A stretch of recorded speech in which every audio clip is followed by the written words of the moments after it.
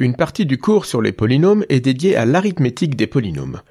Nous avons déjà étudié le chapitre d'arithmétique des entiers. Cette partie sur les polynômes n'est en gros qu'un copier-coller de l'arithmétique des entiers. Il n'y a guère que l'énoncé de la division euclidienne qui présente une petite différence, où il faut parler de degrés. À part cela, tous les énoncés et démonstrations de cette partie d'arithmétique sur les polynômes sont exactement les mêmes que dans l'arithmétique des entiers, ce qui va nous permettre d'aller un peu plus vite dans cette partie. Donc dans quasiment toute la suite, nous allons reprendre les mêmes choses que dans l'arithmétique des entiers. Nous allons effacer z et mettre k crochet x à la place. En voici un premier exemple. Si petit a est dans k crochet x, nous allons noter d de a l'ensemble des diviseurs de petit a. C'est exactement la même chose que nous avions fait avec des entiers. De même, si nous prenons deux polynômes petit a et petit b, nous allons noter d de ab l'ensemble des diviseurs communs à petit a et à petit b, là encore comme pour les entiers. Donnons plusieurs propriétés immédiates de ces ensembles de diviseurs. Tout d'abord, puisque tout polynôme divise 0, l'ensemble des diviseurs de 0, c'est k crochet x. Ceci implique que l'ensemble des diviseurs de a est de 0, qui est égal à d de a inter d de 0, est donc égal à l'ensemble des diviseurs de a. Inversement, quels sont les polynômes qui à coup sûr divisent toujours petit a ? Eh bien, il y a toutes les constantes lambda non nulles et tous les polynômes associés à petit a, c'est-à-dire tous les polynômes de la forme lambda fois petit a, quand justement lambda est une constante non nulle. D'autre part, par transitivité de la divisibilité, si a divise b, alors tout diviseur de a est un diviseur de b, donc d de a est inclus dans d de b. Inversement, si d de a est inclus dans d de b, tout diviseur de a est aussi un diviseur de b, et donc, en particulier, petit a est un diviseur de b, donc a divise b. Nous avons donc l'équivalence a divise b équivaut à d de a inclus dans d de b. Par double inclusion, si a divise b et b divise a, alors ceci est équivalent à d de a est égal à d de b, et nous savons que, nous l'avons déjà vu dans une précédente vidéo, cela est encore équivalent à dire a et b sont associés. Donc, petit rappel, dire que a et b sont associés, c'est dire ici que il existe une constante non nulle lambda, telle que petit a est égal à lambda b. Donc ces polynômes associés vont être importants, nous les retrouverons assez souvent, surtout dans cette partie sur les PGCD. Cela signifie directement que si nous prenons lambda dans k étoile, alors l'ensemble des diviseurs de lambda a est égal à l'ensemble des diviseurs de a. Et pour finir, une propriété importante sur les polynômes associés, si 2 et d' sont deux polynômes associés et qu'ils sont aussi unitaires, alors ils sont forcément égaux, puisque d' est égal à lambda fois d, donc le coefficient dominant de d' est égal à lambda fois le coefficient dominant de d. Si les deux coefficients dominants sont égaux à 1, eh bien lambda est égal à 1, donc d est égal à d'. Nous pouvons maintenant énoncer le lemme d'Euclide, qui sera, comme pour les entiers, le point de départ de tous les calculs de PGCD, ainsi que de couple de Bézout, car nous allons voir plus tard que cela existe aussi pour des polynômes. L'énoncé est le même que pour des entiers. Si nous prenons deux polynômes petit a et petit b avec b non nul, nous pouvons effectuer la division euclidienne de a par b, qui va donc s'écrire a égale bq plus r, avec degré de r strictement plus petit que le degré de b. Alors l'ensemble des diviseurs de a et de b est égal à l'ensemble des diviseurs de b et de r. Je vais détailler cette démonstration pour vous convaincre que c'est bien la même que celle du lemme d'Euclide pour des entiers. Elle se fait par double inclusion. Nous allons commencer par prendre petit d, un diviseur commun de a et de b. Cela signifie que petit d divise a et petit d divise petit b. Donc, petit d va diviser toute combinaison linéaire de a et de b, c'est-à-dire que d va nécessairement diviser a moins b fois q. Or, a moins bq est égal à r, donc d divise petit r. Ainsi, nous avons ici d divise b et d divise r, et donc petit d appartient bien à l'ensemble des diviseurs communs de b et de r. L'inclusion réciproque se démontre exactement de la même manière. Si nous prenons petit d un diviseur commun de b et de r, alors petit d va nécessairement diviser b plus qr, donc petit d divise petit a. Or, petit d étant un diviseur commun de b et de r, nous savions déjà qu'il divisait petit b, en sachant en plus qu'il divise petit a, nous pouvons bien conclure que d est un diviseur commun à petit a et petit b. Nous avons donc montré les deux inclusions, et donc nous avons démontré le lemme d'Euclide. Comme pour les entiers, le lemme d'Euclide nous permet de démontrer le théorème suivant. Si nous prenons deux polynômes petit a et petit b qui ne sont pas tous les deux nuls, alors il existe au moins un polynôme petit d tel que l'ensemble des diviseurs de a et de b est égal au diviseur de petit d. Un tel polynôme petit d est appelé un PGCD de a et de b. Ce théorème assure l'existence d'au moins un PGCD de a et de b. Est-ce qu'il en existe d'autres, et pouvons-nous tous les déterminer? Pour répondre à cette question, nous pouvons mener le raisonnement suivant. Nous avons rappelé au début de cette vidéo que lorsque deux polynômes d et d' ont le même ensemble de diviseurs, alors cela est équivalent à dire qu'ils sont associés. Donc ici, si nous prenons d', un autre PGCD de a et de b, nécessairement l'ensemble de ces diviseurs est égal à celui de petit d, donc d et d' sont associés.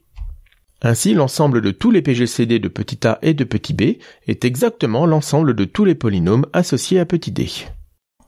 Or, parmi tous les polynômes associés à petit d, il en existe un seul qui est unitaire, c'est tout simplement petit d divisé par son coefficient dominant, et ce PGCD unitaire est appelé le PGCD de petit a et de petit b, il est noté PGCD de AB ou petit a chapeau petit b. La démonstration de ce théorème est algorithmique comme elle l'est pour les entiers. Il s'agit d'appliquer des divisions euclidiennes successives jusqu'à obtenir un reste nul. En vertu du lemme d'Euclide, le dernier reste non nul sera le PGCD. Plutôt que de redétailler ici la démonstration, je vais me contenter de traiter un exemple. Calculons donc à titre d'exemple le PGCD de grand A et de grand B avec les deux polynômes qui sont indiqués en bas de la page de droite. Il faut commencer par effectuer la division euclidienne de grand A par grand B. Je vais la poser ici et détailler le calcul de cette division euclidienne pour être sûr que cela est très clair, mais ce sera probablement la dernière division euclidienne que je poserai ici, car vous devez savoir le faire vous-même. Par quel monôme faut-il multiplier grand B pour obtenir un terme en x4 comme dans grand A?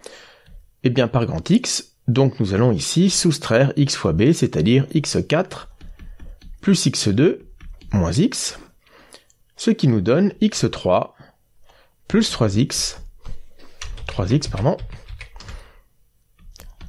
moins 5. Il va donc falloir maintenant multiplier grand B par 1 pour obtenir un terme en x3, et nous allons soustraire x³ plus x moins 1, ce qui nous donne en définitive 2x moins 4. Nous obtenons donc ici le quotient, et ici le reste. Donc si nous écrivons notre division euclidienne, grand A est égal à un certain quotient, mais alors ici peu importe sa valeur, fois grand B, plus le reste, et donc en appliquant le lemme d'Euclide, l'ensemble des diviseurs de grand A et de grand B est égal à l'ensemble des diviseurs de grand B et de grand R. Pour continuer, il va falloir effectuer la division euclidienne de B par grand R. Or ici, vous remarquerez que grand B a un coefficient dominant égal à 1, alors que R a un coefficient dominant égal à 2. Donc si nous effectuons la division euclidienne telle quelle, nous allons forcément faire apparaître des fractions dans le quotient, et ça n'est pas très agréable. Cela dit, grand R a ses coefficients qui sont tous des entiers pairs, donc nous pouvons très bien diviser grand R par 2. Le polynôme x-2 qui en résulte est bien sûr associé à grand R, et il a donc le même ensemble de diviseurs que grand R. C'est pourquoi l'ensemble des diviseurs de grand B et de grand R est aussi égal à l'ensemble des diviseurs de B et de x-2. Et pour nous, il va être beaucoup plus simple d'effectuer la division euclidienne de B par x-2 que de B par R. Comme cela ne change pas l'ensemble des diviseurs, c'est cette division euclidienne que nous allons effectuer. Cette division euclidienne, en voici le résultat. Grand B est égal à x-2 fois x carré plus 2x plus 5 plus 9. Donc le reste, c'est 9. Nous allons l'appeler R2.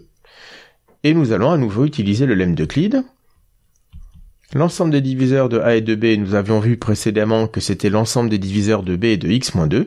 Et donc avec cette nouvelle division euclidienne, c'est aussi l'ensemble des diviseurs de x-2 et de 9. Pour terminer, il faut à nouveau effectuer la division euclidienne de x-2 par 9, mais ici cela ne pose pas de problème. x-2 c'est tout simplement 9 fois 1/9 de x-2, qui est bien un polynôme, plus 0. Donc nous obtenons un reste nul, le dernier reste non nul c'est donc 9, Est-ce qu'il correspond au PGCD? Alors voyons voir. Si j'écris ici à nouveau le lemme d'Euclide, l'ensemble des diviseurs de grand A et de grand B, c'est donc l'ensemble des diviseurs de x-2 et 9, et avec cette dernière division euclidienne, c'est l'ensemble des diviseurs de 9 et de 0. Et donc nous avons vu au début de cette vidéo que c'était l'ensemble des diviseurs de 9. Donc en effet, 9 est un PGCD. Il serait tentant de dire que c'est le PGCD, puisque en arithmétique, nous avons déjà trouvé des nombres dont le PGCD était égal à 9. Mais nous ne sommes pas ici en arithmétique des entiers. Nous sommes en arithmétique des polynômes, et un PGCD doit être unitaire. 9 n'est pas un polynôme unitaire. Le PGCD, c'est donc 9 divisé par son coefficient dominant, c'est-à-dire que c'est 1.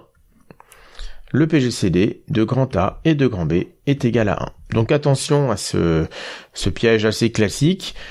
Il est tout à fait possible que à la fin de votre algorithme d'Euclide, vous tombiez sur un dernier reste non nul qui est un entier non égal à 1. Ça n'est pas pour autant le PGCD, ne mélangez pas avec l'arithmétique des entiers. Il faut toujours prendre un PGCD unitaire lorsqu'il s'agit de polynômes. Poursuivons avec une proposition qui, là encore, est un copier-coller d'une proposition analogue concernant les entiers. Je ne la démontrerai d'ailleurs pas car la démonstration est la même. Si nous prenons deux polynômes petit a et petit b qui ne sont pas tous les deux nuls, et que nous prenons un troisième polynôme petit d, alors d est un PGCD de a et de b si et seulement si il vérifie 3 points. D'une part, c'est un diviseur de a, d'autre part, c'est bien sûr aussi un diviseur de b, et troisième point, tous les diviseurs communs à A et B divisent petit d. Alors c'est dans ce sens-là que l'on peut dire qu'un PGCD est vraiment un plus grand commun diviseur. C'est de là que vient le plus grand. Même si la divisibilité ne donne pas une relation d'ordre sur l'ensemble K crochet X, d'une certaine manière, quand nous disons que C divise D, nous pouvons dire que D est plus grand que C.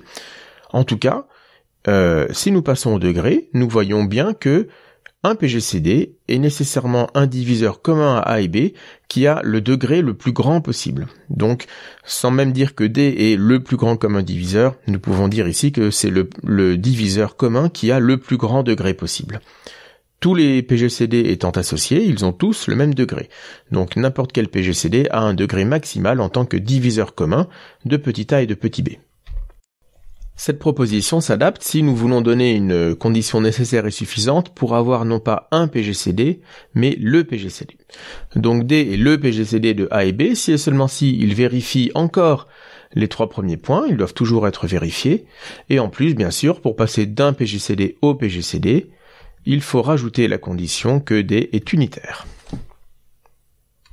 Donnons ici une précision que je n'avais pas donnée précédemment. Jusque-là, nous avons toujours parlé de PGCD d'un couple AB qui n'est pas le couple nul. Eh bien, par convention, nous pouvons poser que le PGCD de 0 et 0 est égal à 0. Cela ne sera pas très souvent utile, en tout cas concrètement, ce ne sera jamais utile, mais cela permet dans certains énoncés de s'affranchir de la condition systématique que le couple AB n'est pas le couple nul. Par exemple, dans la proposition suivante. Là encore, une proposition qui est la même qu'une proposition sur les entiers. Si nous prenons 3 polynômes ABC, alors le PGCD de AC et de BC est associé au PGCD de AB fois le polynôme C. Donc ici, vous voyez que nous n'avons pas besoin de supposer que A, B ou C, ou les deux ou les trois sont non nuls. Dans toutes les configurations possibles, ce résultat sera toujours vérifié. Cela dit, ce résultat n'est vraiment intéressant que lorsque C n'est pas nul. Dans ce cas, nous pouvons noter lambda son coefficient dominant, et alors le PGCD de AC et de BC est égal à C fois le PGCD de A et de B, mais il faut diviser tout cela par lambda pour être sûr d'avoir partout des polynômes unitaires. En effet, nous savons que les PGCD sont unitaires, donc le PGCD dans le membre de gauche est unitaire, ainsi que celui dans le membre de droite. Pour avoir de part et d'autre du signe égal des polynômes unitaires, si C n'est pas unitaire, eh bien il faut bien le diviser par son coefficient dominant. Ainsi nous aurons bien partout des polynômes unitaires. C'est la même chose qu'avec des entiers. Si petit a, petit b et petit c étaient des entiers, souvenez-vous du chapitre d'arithmétique sur les entiers, il fallait non pas prendre PGCD de A et de B fois C, mais multiplier par la valeur absolue de C pour être sûr d'avoir des entiers positifs de part et d'autre du signe égal. Cette fois-ci, je vais détailler la démonstration, histoire d'en faire tout de même une ou deux. La démonstration est à nouveau tout à fait la même qu'avec des entiers. Donc notons petit delta le PGCD de A et de B et grand delta le PGCD de AC et de BC. Ce que nous voulons montrer, c'est que delta C et grand delta sont associés. Et cela, nous savons que c'est équivalent à montrer qu'ils se divisent l'un l'autre, c'est-à-dire que delta C divise delta, et grand delta divise petit delta fois C. Pour le premier point, nous partons du fait que petit delta c'est le PGCD de petit a et de petit b, donc petit delta divise a et b. Nous pouvons multiplier ces deux divisibilités de part et d'autre par petit c, et cela est correct même si c est nul ou non nul, et nous obtenons petit delta fois c divise a fois c, et petit delta fois c divise b fois c.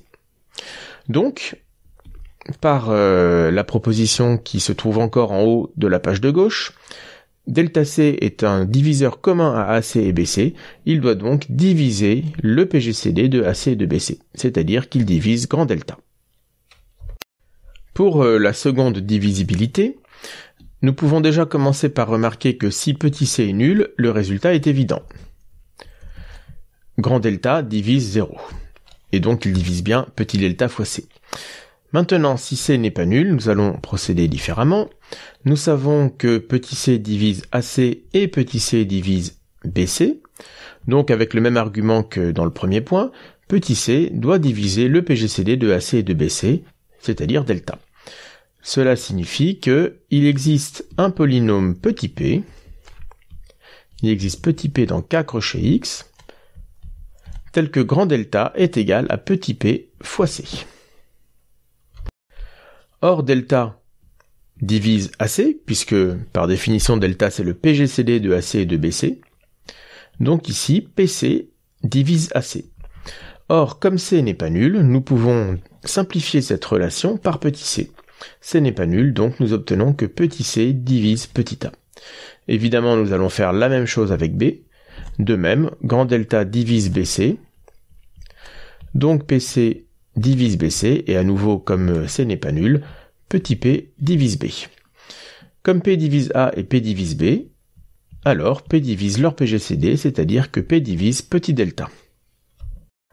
Nous pouvons multiplier par C de part et d'autre cette relation de divisibilité, et finalement nous obtenons que PC divise delta C, or PC c'est justement grand delta. Grand delta divise delta C.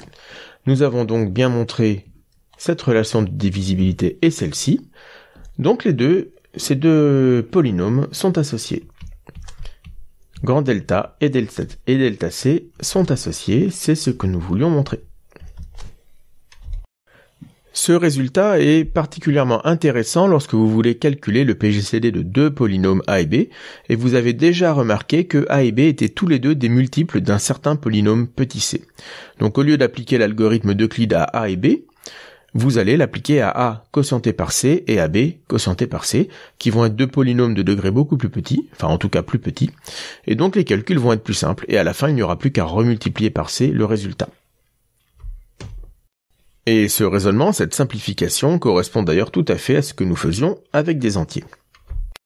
Et enfin, pour finir cette vidéo, nous allons parler du théorème de Bézout, en tout cas de la première partie de ce théorème, comme pour les entiers.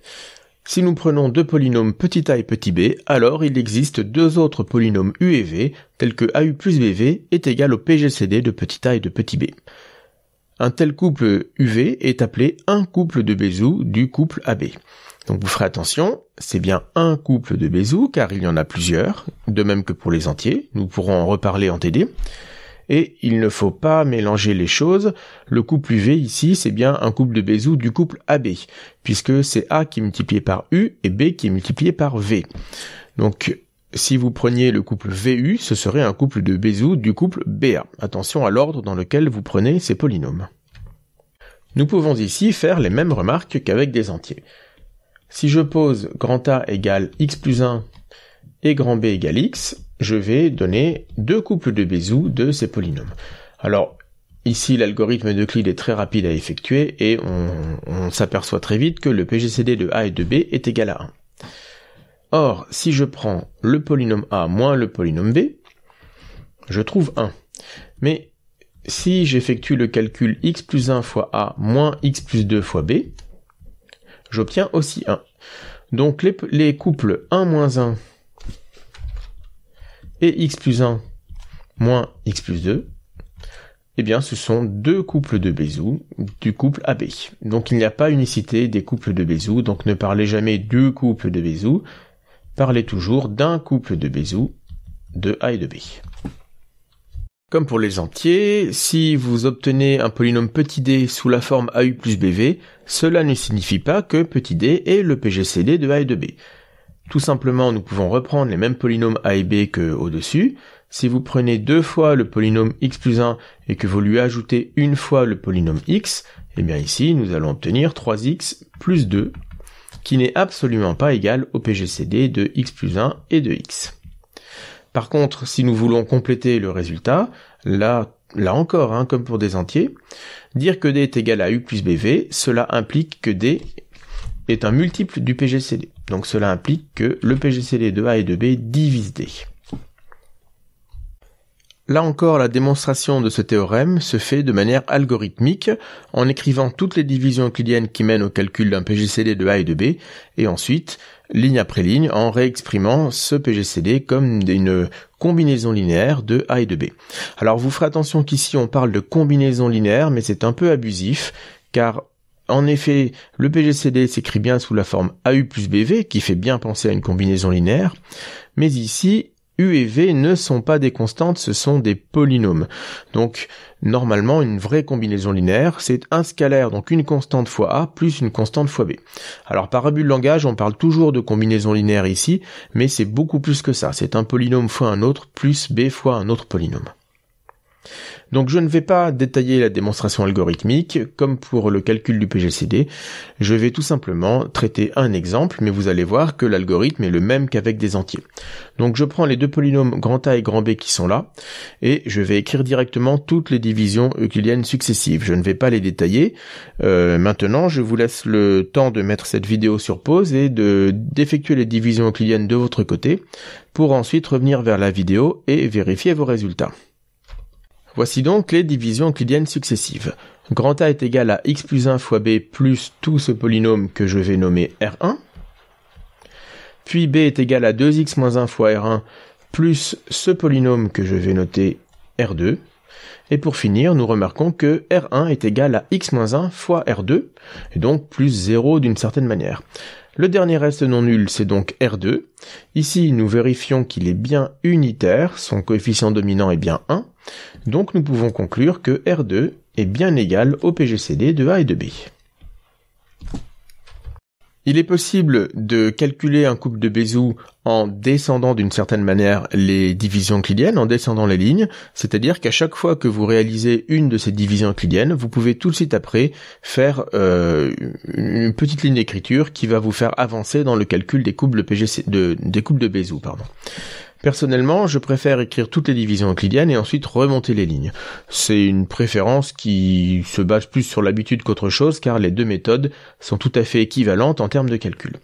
Donc, si j'ai ici la ligne numéro 1, ici la deuxième, je vais à partir de la deuxième ligne exprimer R2 en fonction de B et de R1, et ensuite avec la première ligne, je vais exprimer R1 en fonction de A et de B, ce qui achèvera notre calcul. Donc ici, avec la ligne numéro 2,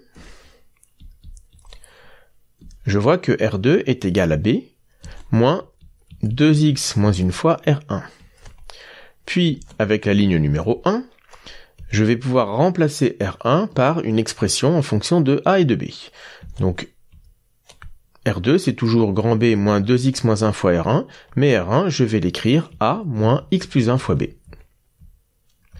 Je n'ai plus qu'à développer tout cela. Quel est mon coefficient A ? Eh bien, j'ai moins 2 fois x moins 1 fois grand A. Et en grand B, j'observe que j'ai une fois grand B, donc pour le grand B du tout début de la ligne, plus 2x moins 1 fois x plus 1. Tout cela fois grand B, j'ai oublié une parenthèse. Alors si je développe les deux coefficients, enfin les deux polynômes devant A et B, j'obtiens ici moins 2x plus 1 fois grand A, Et ici, j'obtiens 2x carré plus x fois b. Donc, moins 2x plus 1, virgule 2x carré plus x est un couple de Bézout du couple AB. Et nous arrêterons ici cette vidéo.